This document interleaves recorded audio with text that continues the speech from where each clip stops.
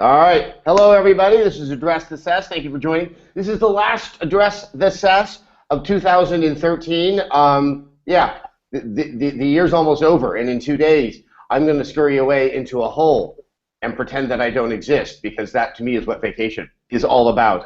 Hey, we are going to talk about Game of the Year, because I know we've been getting up all of our Game of the Year lists, and we're going to do that in the latter half of the show. But we want to start things off on a guest I wanted to have on for a while, and it's my friend, my colleague, Antoine Pierman, who has been spearheading the ceasefire, which is a request for gamers to not play shooters for all of, well, this year on the 21st of December in sort of just regard and respect to the deaths from actual gun violence that have happened in the course of this year. And if you've been following the news of this year or any other year, those are numbers that are a little bit disconcerting, to say the very least. Anyway, Antoine, thank you so much for joining us. Oh, also, if you don't know him by his actual name, you probably know him also as Black Bible, his gamertag handle, who I've just learned destroyed people in Uncharted 2. And also he is with the outlet GamerFit Nation. So thank you so much for joining us, man.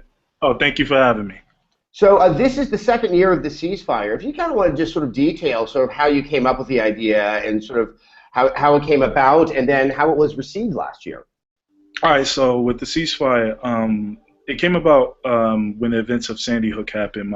I didn't know about it. Like, you kind of see social networks, and social networks, you hear a certain tone, which was it was very sad. And I didn't get the chance to, I was running around getting Christmas gifts for my son, and my brother called me, and he was like, we was talking, and then he said, "Yo, did you hear what happened?" I'm like, "No." I said, "Well, what happened?" He said, "I can't even talk about it. It's so sad." And he said, "Yo, just call on the news." So I called on the news, and I saw, and I was taken back, because I never seen anything like that in my life, and I've seen all types of gun violence, but I never seen anything like that. Later that day, I had a press junket to go see cover a movie called Django, and I watched the movie, and nothing taken away from the movie, but and this is Tarantino's Django Unchained. Yeah, with Django Unchained. Fox. Yeah. Django Unchained with Jamie Foxx. And for the first time ever, while I'm watching the movie, all I kept thinking about, like, as I was seeing the shooting, I'm like, yo, like, I kept thinking about the kids, and it really brought me down. And prior to leaving, I was asking people, I said, listen, I want to do something. I don't know what I want to do, but I want to do something for those kids. So, like, later that night, I got home at way in the a.m., and I was just feeling so emotional. I just bust out my camera, and I spoke from my heart, and I put it out, and it just came to me like, yo, maybe we should do this. And next thing you know, it went crazy, and everybody was like, yeah, this is a great idea, this and that and the third. And I was, like, floored by the response. I mean, I just made a video, like, expressing how I felt. But I didn't... But when I did this, it was prior to finding out that they tried to blame video games for the incident. I did this. Right, it happened. That took about a good 48 hours. Obviously, the NRA got into a defensive position and kind of said, "Hey, video games." Obviously, many news outlets did. That still took a couple of days to happen. And that's what I'm saying. I did this without thinking of, like, not associating it with video games in that way from the get. But then when that happened, that's when I started really getting backlash, because they was like, oh, gamers were saying that they're going to see the... Ooh, I think we may have lost you there for a quick second there, Antoine.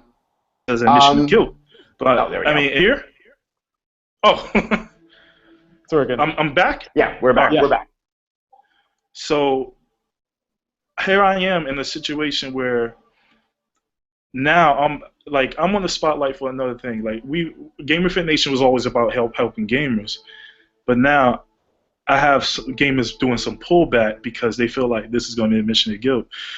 At the same time, I care about I care about the gaming community. So, I was literally obsessing over the ceasefire. I said, I have to make this work perfectly.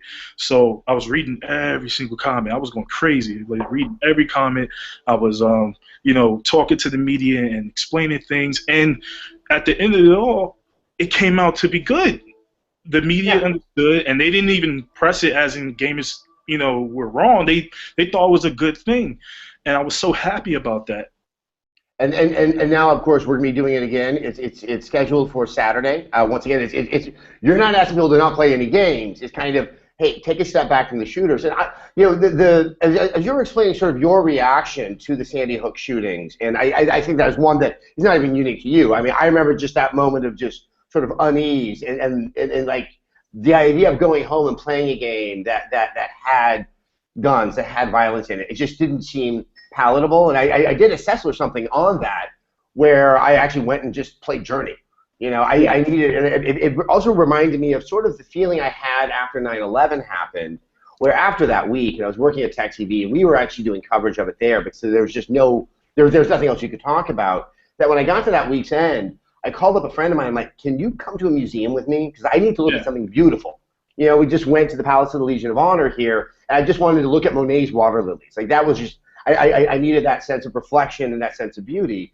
And that's how I really responded to your idea, that it isn't even saying anything necessarily about guns, and definitely not saying anything negative about video games and shooters. You yourself play shooters. But it was that moment of, hey, let's just have a moment of reflection and respect that there is this stereotype that seems to surround games and gamers of not being sort of patched into the larger social fabric, into a sort of a larger social consciousness, and it's just a respectful demonstration of it. And I really like the idea, and I don't think I would have come up with it myself. So that's obviously the key reason I have you on here. See, this is the pushback. There's different types of pushback I got.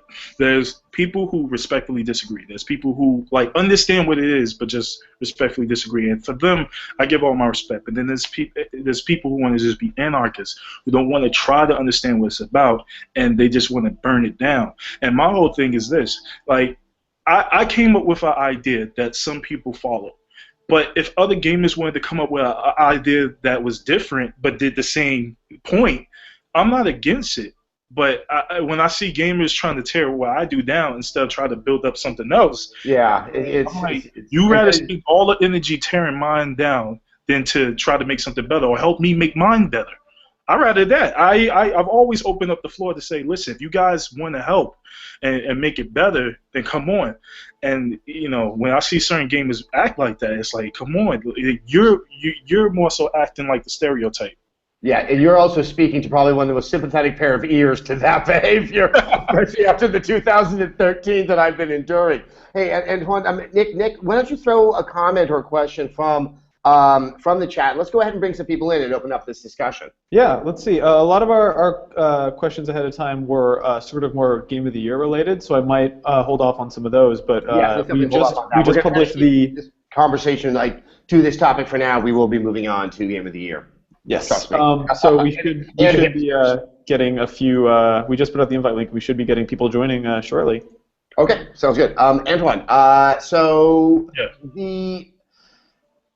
guess in terms of the positive reaction, let's actually look at that side of that. I mean, what do you think? Was it through you talking to more and more people that that everyone got their heads wrapped around what the concept of the ceasefire was supposed to be?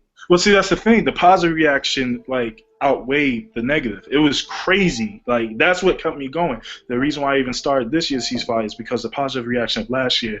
And then I held a poll and said, listen, do you guys want me to do it again? They said yes. It's so beautiful. This year we're doing something special. And I posted some of the things, but we're going to make a... Oh, I think we lost him there for a moment. Yeah. It's it's back. The perils of relying on webcam streaming. It's funny because it just shows me constantly here. But the whole thing is, basically, we ask people to send in 6-second clips of their, showing their support for the ceasefire, and we're going to do a big collaboration video at the on the ceasefire day. We're going to air it at midnight on the ceasefire of all the people who submitted their 6-second clips.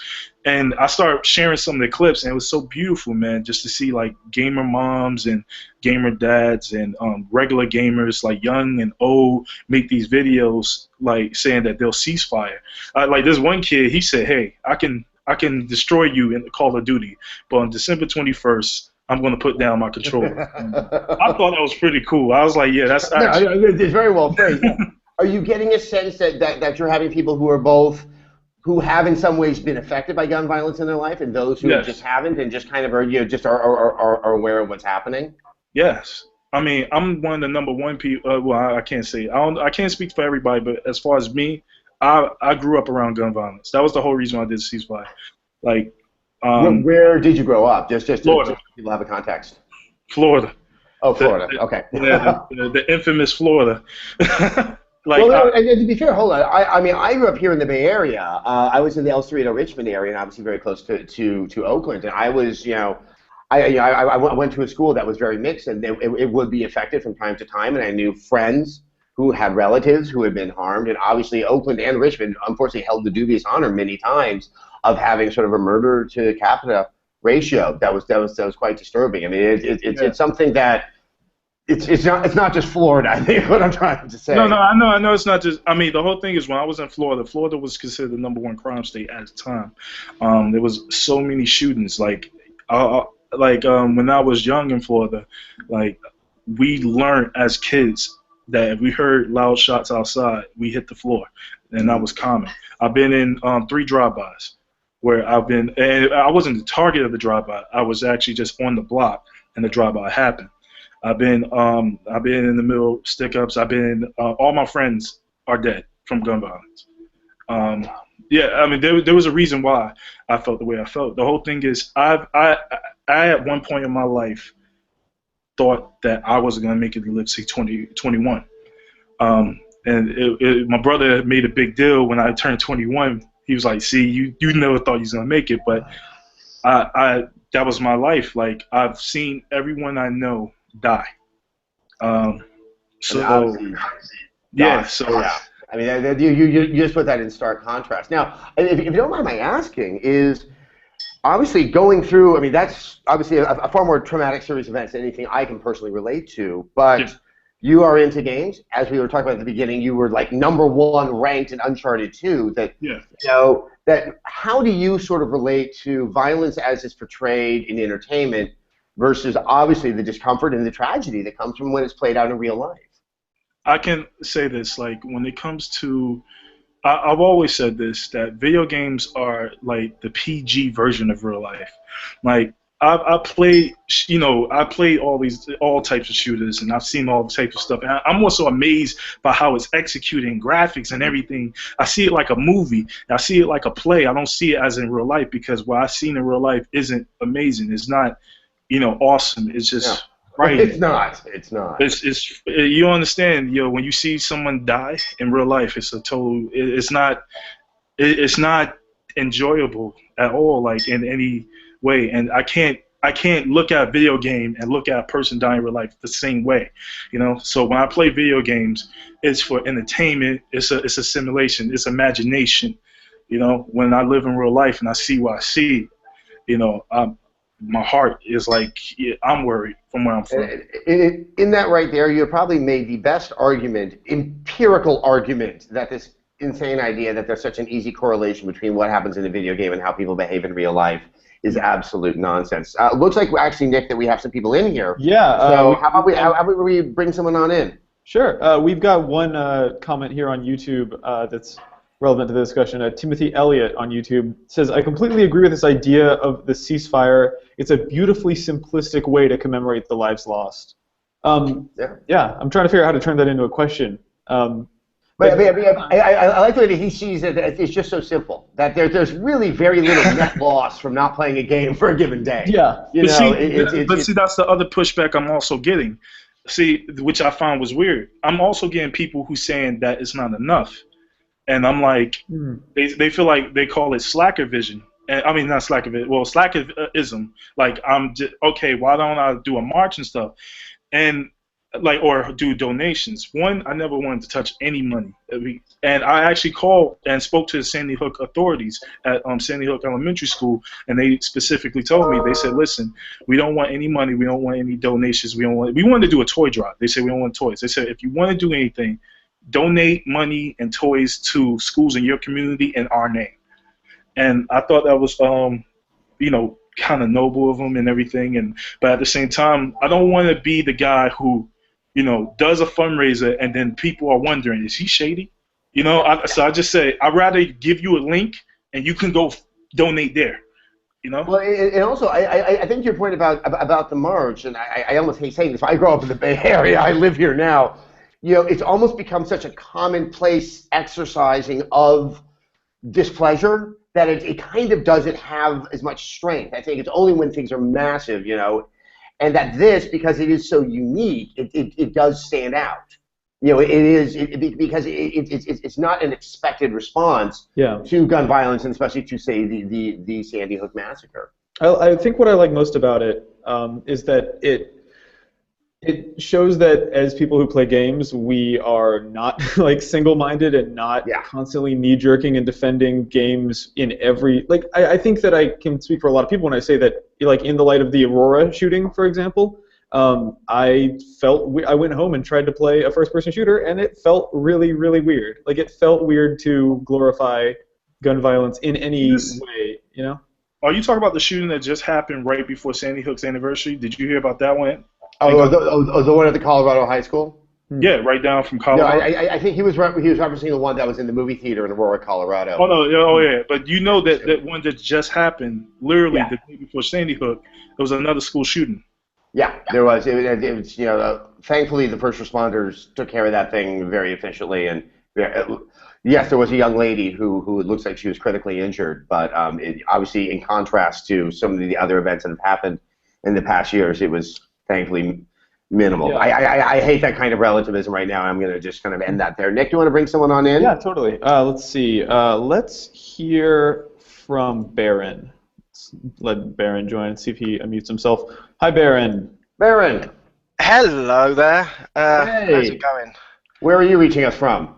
I am in the UK, Cheltenham. In the UK. Obviously, the UK is not strangers to gun violence, but obviously due to significantly stricter laws there, it is something that, for lack of a better word, I think carries a little more novelty. I'm curious kind of your thoughts both on the ceasefire and from someone who's not in the U.S.'s perspective of both what the ceasefire is and the role sort of guns in entertainment. Well, I mean, we see all the news, of course, obviously. Yeah, it's the internet is a wonderful thing.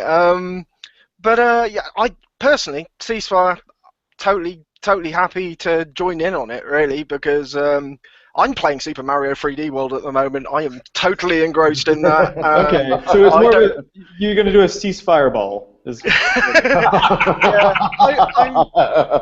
I'm so engrossed in that right now that I don't care if I ever see another gun in a video game again, to be quite honest. I might miss GTA, but right at this moment, not at all. But yeah, I mean, we see there's that whole blaming gun violence, blaming guns and all that sort of stuff. And obviously, I mean, we don't have access to firearms anywhere near that level. To us, a gun isn't a right; it's more of a privilege, I guess. Because hunting is still allowed. I mean, there are circumstances where you can have firearms and not be a law enforcement official. Oh yes, certainly, certainly. But it's very, very hard to get hold of those things. Very, very hard indeed. As I said, completely for it. And I certainly won't be playing any gun games over the time. It's interesting. I was thinking about ahead of doing this address to Sess, kind of. I actually don't think guns are as prevalent in games as they once were, because I think, sort of the breadth of games has increased so significantly.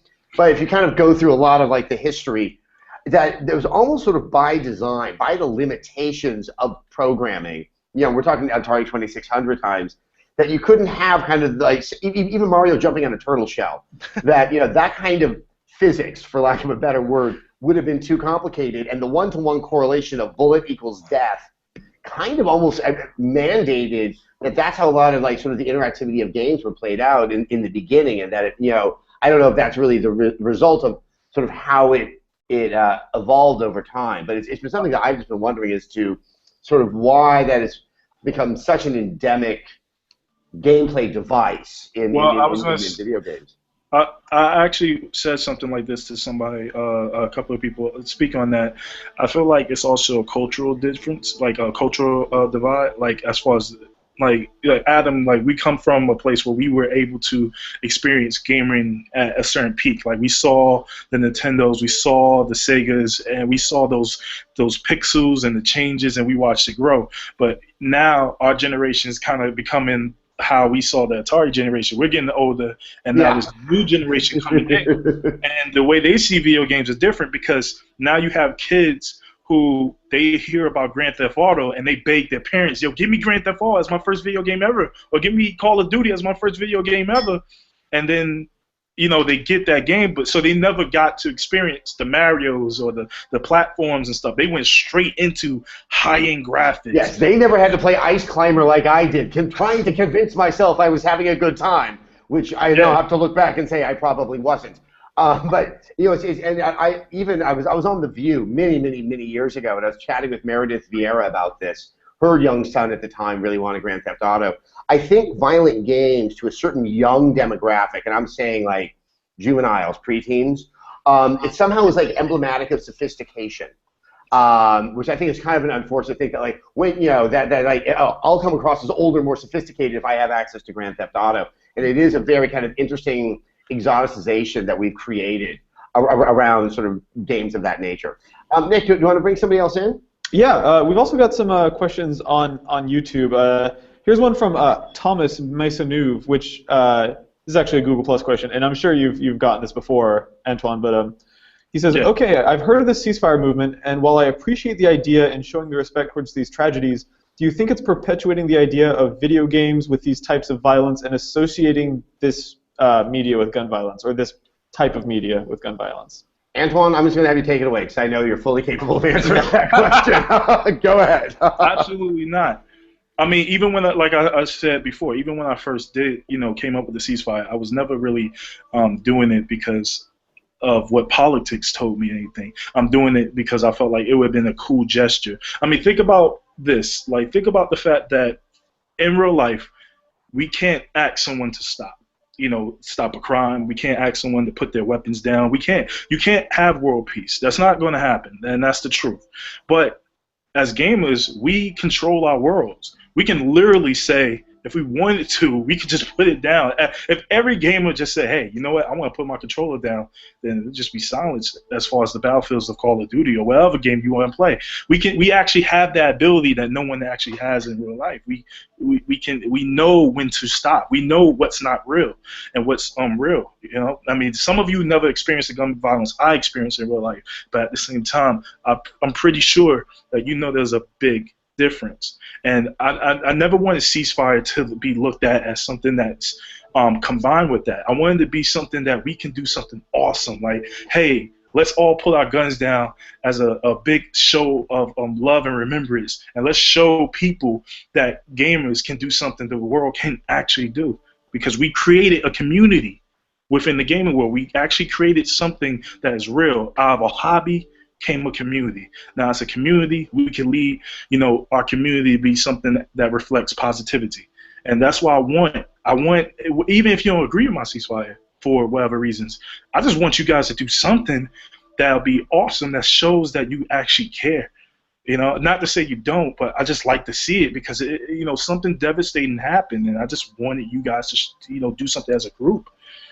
And I'm going to follow up on that too. I think the thing is that there's this perpetual sort of anxiety in the sense of gamers that it's gamers against the rest of the world, and I don't know where that divide exists anymore because most people play video games, and also look, there's more than enough studies. The correlation between actual life violence and video game violence doesn't hold up. The Supreme Court also demonstrated that this is protected speech. So that sense that you're somehow giving comfort to the enemy is just it doesn't hold any water. And unfortunately, I'm going to be a lot stronger in my language on this, Antoine. It really starts to demonstrate that other negative gamer stereotype that you can't contextualize things because you can only look at the world inside of gaming, and that you cannot look at the world as something greater. And I think one of the best things about the ceasefire is a demonstration that people who play video games are also human beings with other interests and other sympathies and other empathies, and they're happy to demonstrate it, and most importantly, through video games, or by not playing a certain type of video games at a particular time. All right, I'm down on my soapbox. Nick, do you want to bring someone in? Yeah, of course. Let's talk to Abby, I believe is his name. Sorry, guys, this is my phone. Hi. 1 second. Hello. Oh, sorry, my webcam seems to be acting up. That's all right. Google Hangouts are. Can you guys hear me? Google Hangouts are weird. Yeah, we can hear you. Okay. I can hear you. Where are you reaching us from, Abby? Sorry about that. I'm Los Angeles.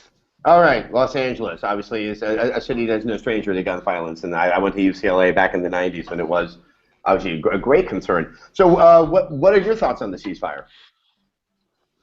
I think it's one of the really good ideas. It's a very unique idea, especially with how this generation seems to be so focused on the Call of Duties and battlefields or whatever. It's very strange to hear something like this ceasefire going on, but it's actually a great idea. Hearing how Antoine was putting it together, there is a lot of violence seems to be in a sense glorified by the media. I want to say, even though it's not. I mean, I'm not saying the media is praising gun violence or when these tragedies happen, but to some like that, yeah. Yeah, it's making it seem like it's an everyday thing, and that shouldn't be the issue. Only because we do see it every day during movies or through video games, it shouldn't seem something that does happen every day. I don't think it's great. So finally having something or someone stand up and saying like, hey, let's put it down. Someone actually saying no instead of yes, or this is something that normally happens. It's finally great to see an issue being raised, saying that hey, we should stop this. We have the power to we have the power to say that there is violence going on, but we also have the power to say that we can stop it, that we're in the power to put it down at any given moment if we all come together as as gamers or whatever to just put it down. I think the other thing is that's actually quite neat about this event is if you say, okay, I'm not going to do a shooter, there's a lot of games that are still available. Yeah. I mean, it really actually helped highlight the fact that this perception that is it's so ubiquitous in games, and it definitely is. There's a preponderance in some of the best-selling and most talked about games in a given year, but it really isn't indicative of what is available in terms of video games. And I'm looking right at Peggle 2 when I say that, because I love that game. Peggle is my joint. I'm absolutely in love with Peggle. Yeah. Do you have a favorite Peggle master? Does anyone here have a favorite Peggle master? Mine is the Zen Warrior. Yeah. From Peggle 1. He plays the game for you, basically. That's why I like He takes the least interactive game of all time and makes it even less interactive. I actually play the... I was like, listen, all I have to do is aim, and he'll correct my aim and say, actually... Yeah. I love that pumpkin guy who makes it so when it falls off the bottom of the screen, it comes back in the top and does another lap. Sorry, we should have a separate private hangout to talk about Peggle. I don't want to take us over. I think all 2014 addressed assessors will be Peggle oriented. Good. We made the declaration right here. Hey Nick, let's bring a couple more people on into the conversation. Sure. And while we're talking about games that don't have guns in them, Rocco Man on YouTube has a pretty cool suggestion. He says, have you considered putting a creative spin on the ceasefire, like doing a non-lethal run in a game? So not just a shooter, but there's a whole community of people who like to do non-lethal runs of, like permadeath runs and non-lethal runs of games where you don't have to kill people, like I guess Deus Ex or Metal Gear. Well, also, I think what could be really fun is I bet you could pull that off in Aliens Colonial Marines, which is a shooter. You don't have to shoot anything. Right. Which is walk right through it. And Mario. Yeah, by not playing that. Yeah. It's also surprisingly easy to do a non-lethal run in Peggle 2, I found.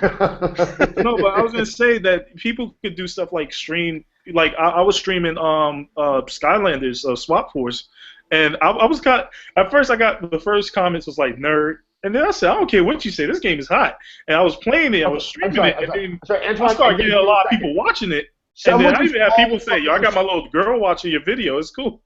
Okay, someone called someone streaming a video game a nerd as if that was some form of insult. Like a guy watching someone stream video games somehow immune to that criticism. Oh,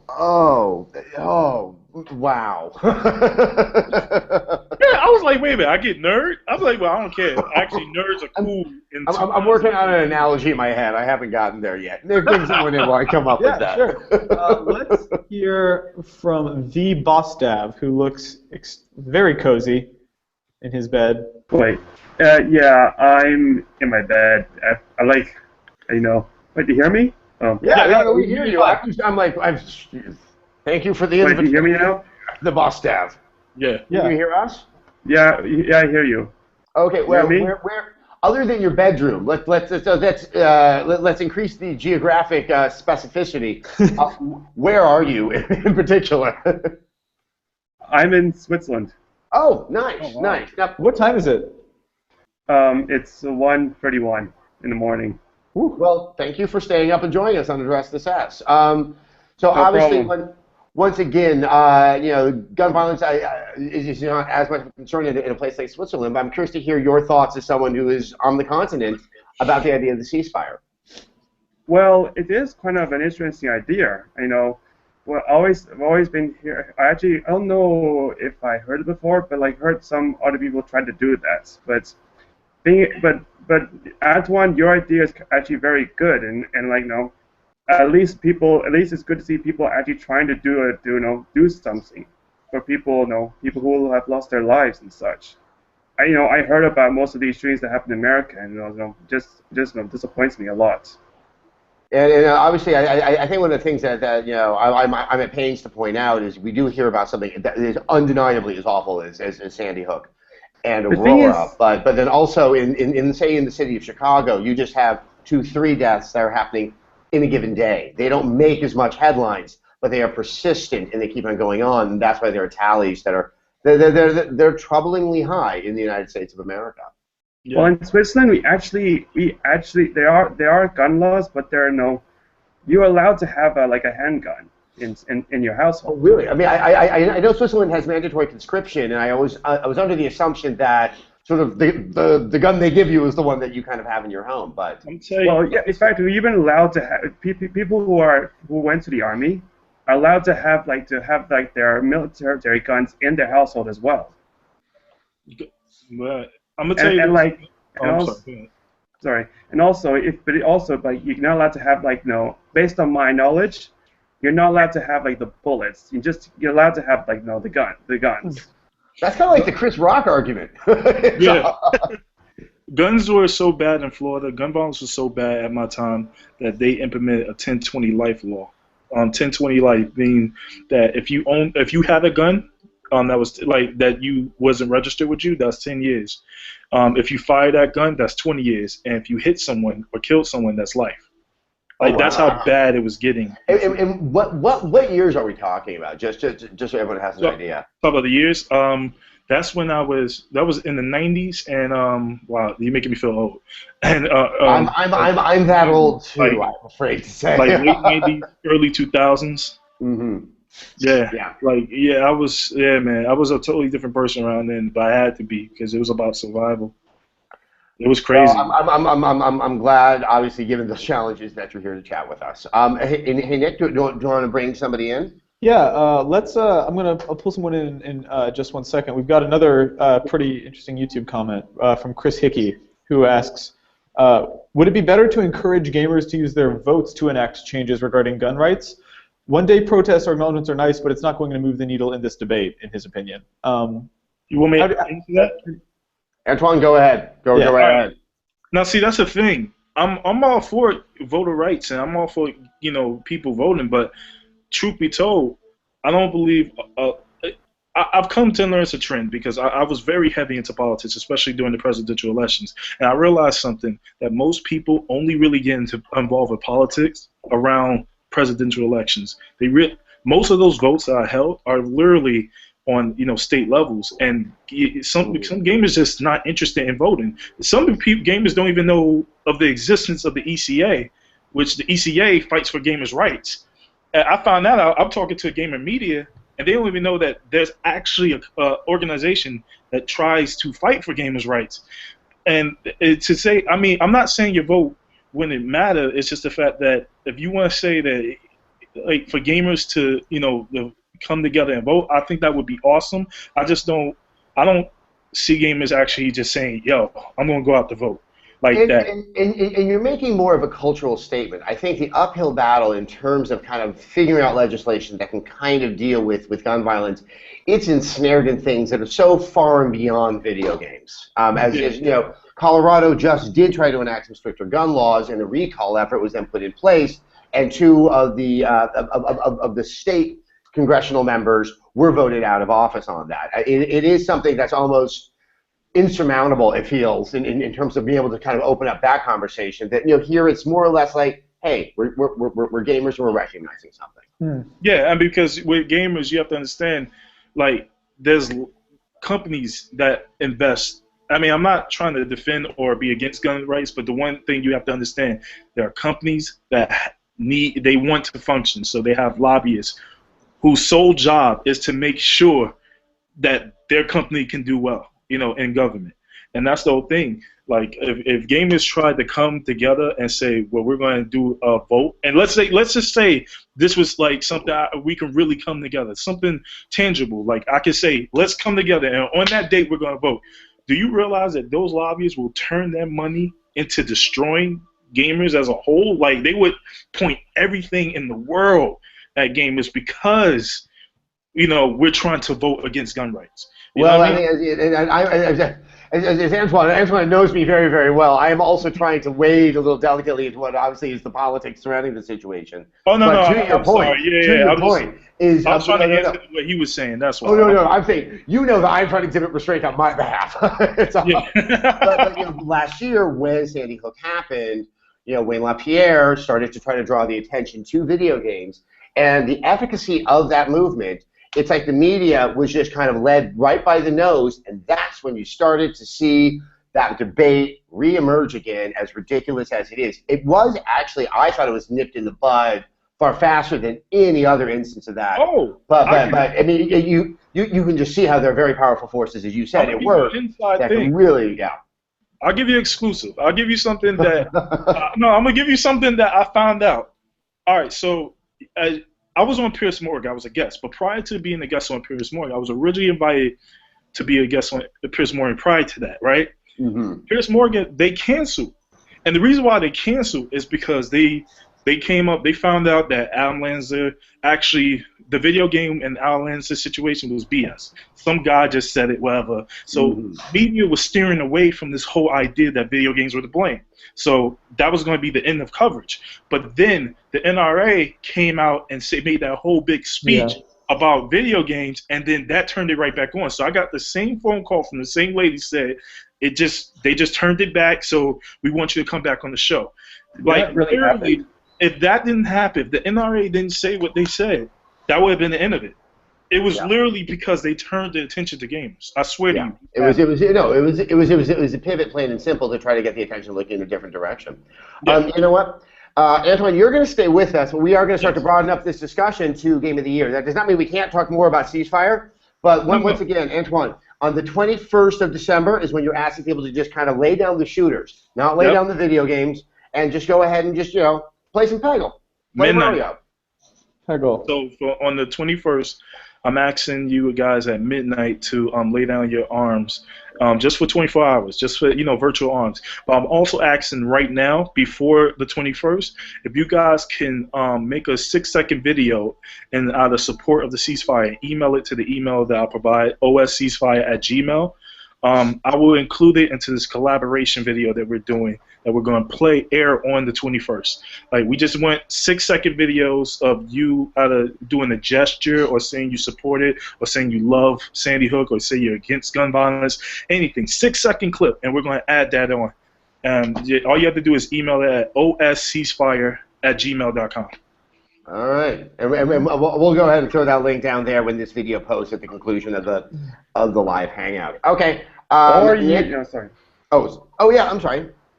Can I say something? Yeah, of course. Or you can just play a game that's not violent at all. Play Journey, for example. I mean, I showed that game to my dad, and he said, like, wow, I mean, it's no violence. No, I mean, Yeah, play a game that does not have a shooter. Play something that's not like that. It's not the most important thing to making a game entertaining. Good gameplay, good game design. That's really what the trick is. All right, Nick. Yeah, let's hear from. I know it's kind of a rather jarring switching of gears from something that obviously is a far more serious topic to Game of the Year. Forgive me for doing that, but this is the last address to Sess of the year, and I definitely wanted to have the ceasefire as a point of discussion, but I think I feel special. Thank you. Oh. I'm honored to be your last show on your last show. Oh no, I wanted to do this. I definitely wanted. I really wanted to do this. But now we're going to move on to Game of the Year with a special addendum discussion attached with it, and that is my new decision to try to have a better understanding of how the word hipster is being used, since everyone at Rev3 Games is being accused of it, and I'm looking forward to that happening to me tomorrow when my Game of the Year list goes up. So I'm not going to be revealing what my list is or what my number one pick is. It's a good I will let you guys know. I have done something deliberately to just annoy the world. I have said there's one game that I like just a little bit more than everything else, but the rest of my list is alphabetized because I hate ranking things because I think it's completely silly because I think it's apples and oranges most of the time. There was one game I wanted to give an extra special piece of attention to. Regardless, I've been going around the office trying to figure out what I need to do to understand this hipster thing and how I'm supposed to be dressing. So you can also throw in some advice for me on that as well, because I'm excited. It makes me sound like I'm young. And anything that can make me feel young is welcome and encouraged, because I feel 10 years older than I actually am. All right, Nick. On that note, let's see what Jason wants to talk about. Jason? Hey, how you doing? Doing well, Hey, doing Jason. well. I mean, Game of the Year wise, I always liked Last of Us. It was actually pretty good. It was really good. And Zach Miner, he just put his list up today, and he put that at the top of his of his list. I mean, it was an excellent game. Last of Us is my favorite game as well. Like I'm absolutely in love with Last of Us, man. That's so hard, awesome. No, it's something else. So, why is Last of Us your pick, Jason? Because I mean, I don't know. It's just the game mechanics went well. It actually made you feel like you could do. I don't know. It just felt really well. I mean, it was well made.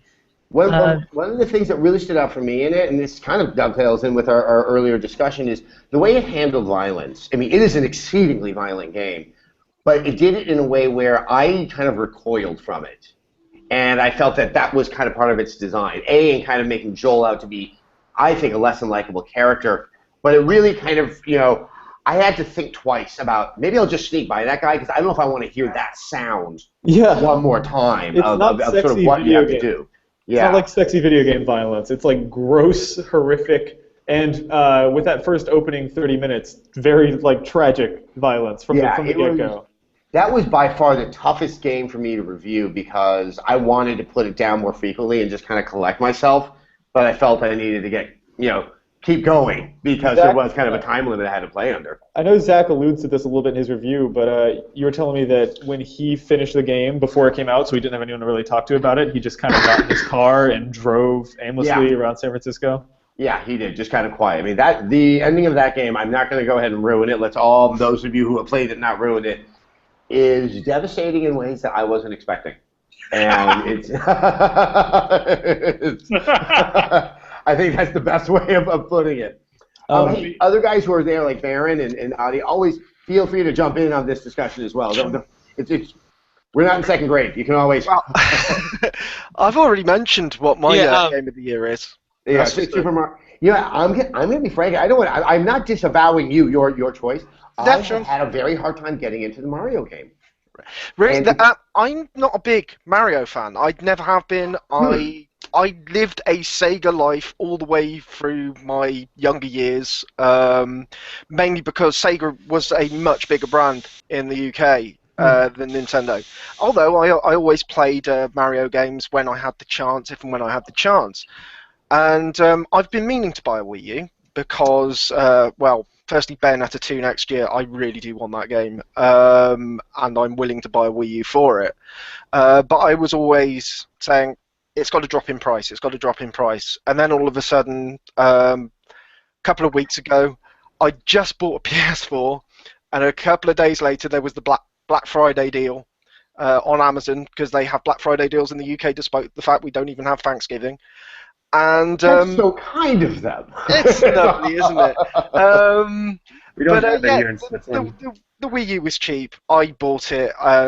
I bought Super Mario 3D World because it came out the same week, and I've just fallen in love with that game. I really have. It's such a pure gaming experience, and it feels like that kind of Mario style game. And if that game had come out a year ago, when the Wii U was very, very new, that would have been the Wii U's Mario 64. Without a doubt. Yeah. You know, so what's funny, Aaron, is that I actually have no issue with the level design. No. It's very, very good. Neither the Pro controller, nor the Wiimote, nor the Wii U controller do I feel like I'm able to do the things I feel that that's my barrier. Like the buttons aren't where I need them to be for the incredible quick. You know, and the idea that you're hitting the minus button to get your stored up power up. Yeah. Oh yes. No, I know what you mean. Yeah. I know what you mean.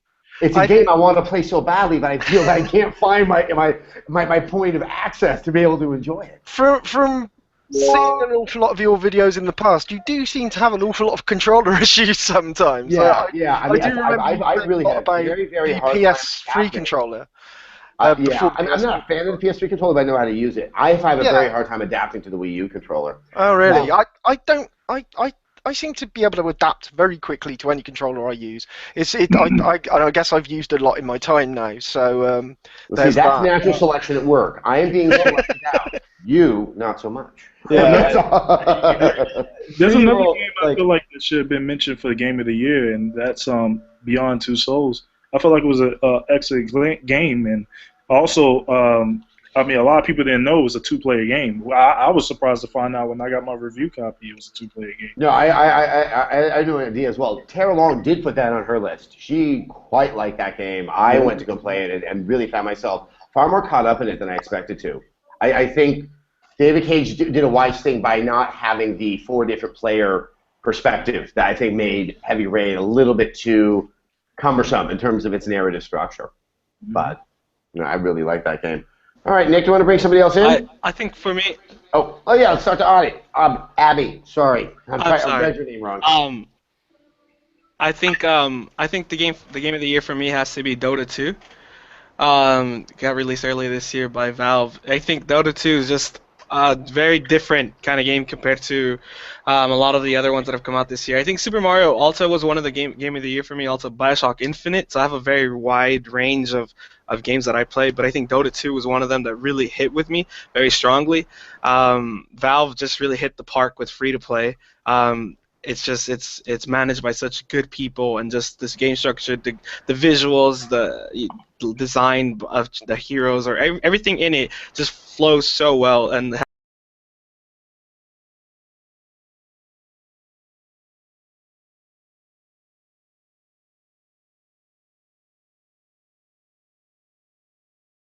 it's one of the games that I've been playing since beta, and it came out officially this year, and it has to be my game of the year for this year.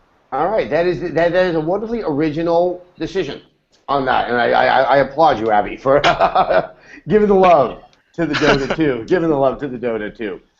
Before we move on to somebody else, Bosdav out there, what should I call you? You're out in Switzerland. Bosdav? Yeah, well, the thing is, just call me David, because I don't like it. I'm just kind of interested in the fact is that when I look at all the people that are on Hangout, that they have their real names, but I have my username from YouTube. Got it. Well, anyway, David, what's your game of the year?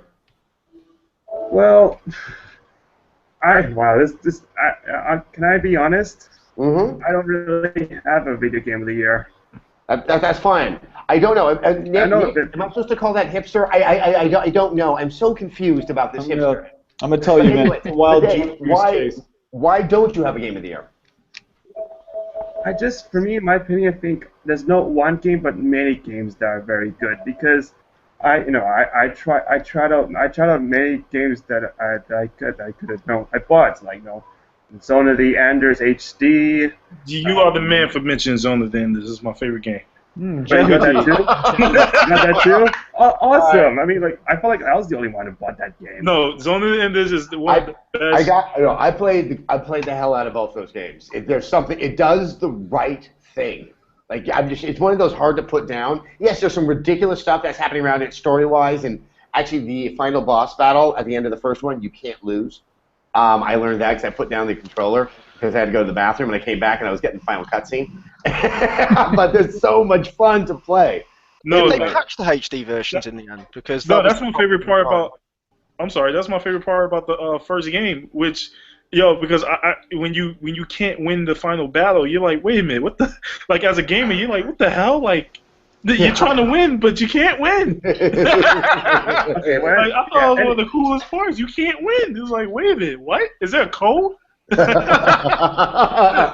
me, okay. Anyway, like for me, like no, if I would pick a game of the year, I would go with Last of Us based on story. But for me, in gameplay, Zone of the Enders HD was released in 2012, right? I honestly don't remember. Because based on gameplay, it would be Zone of the Enders HD, and for me, story, like The Last of Us.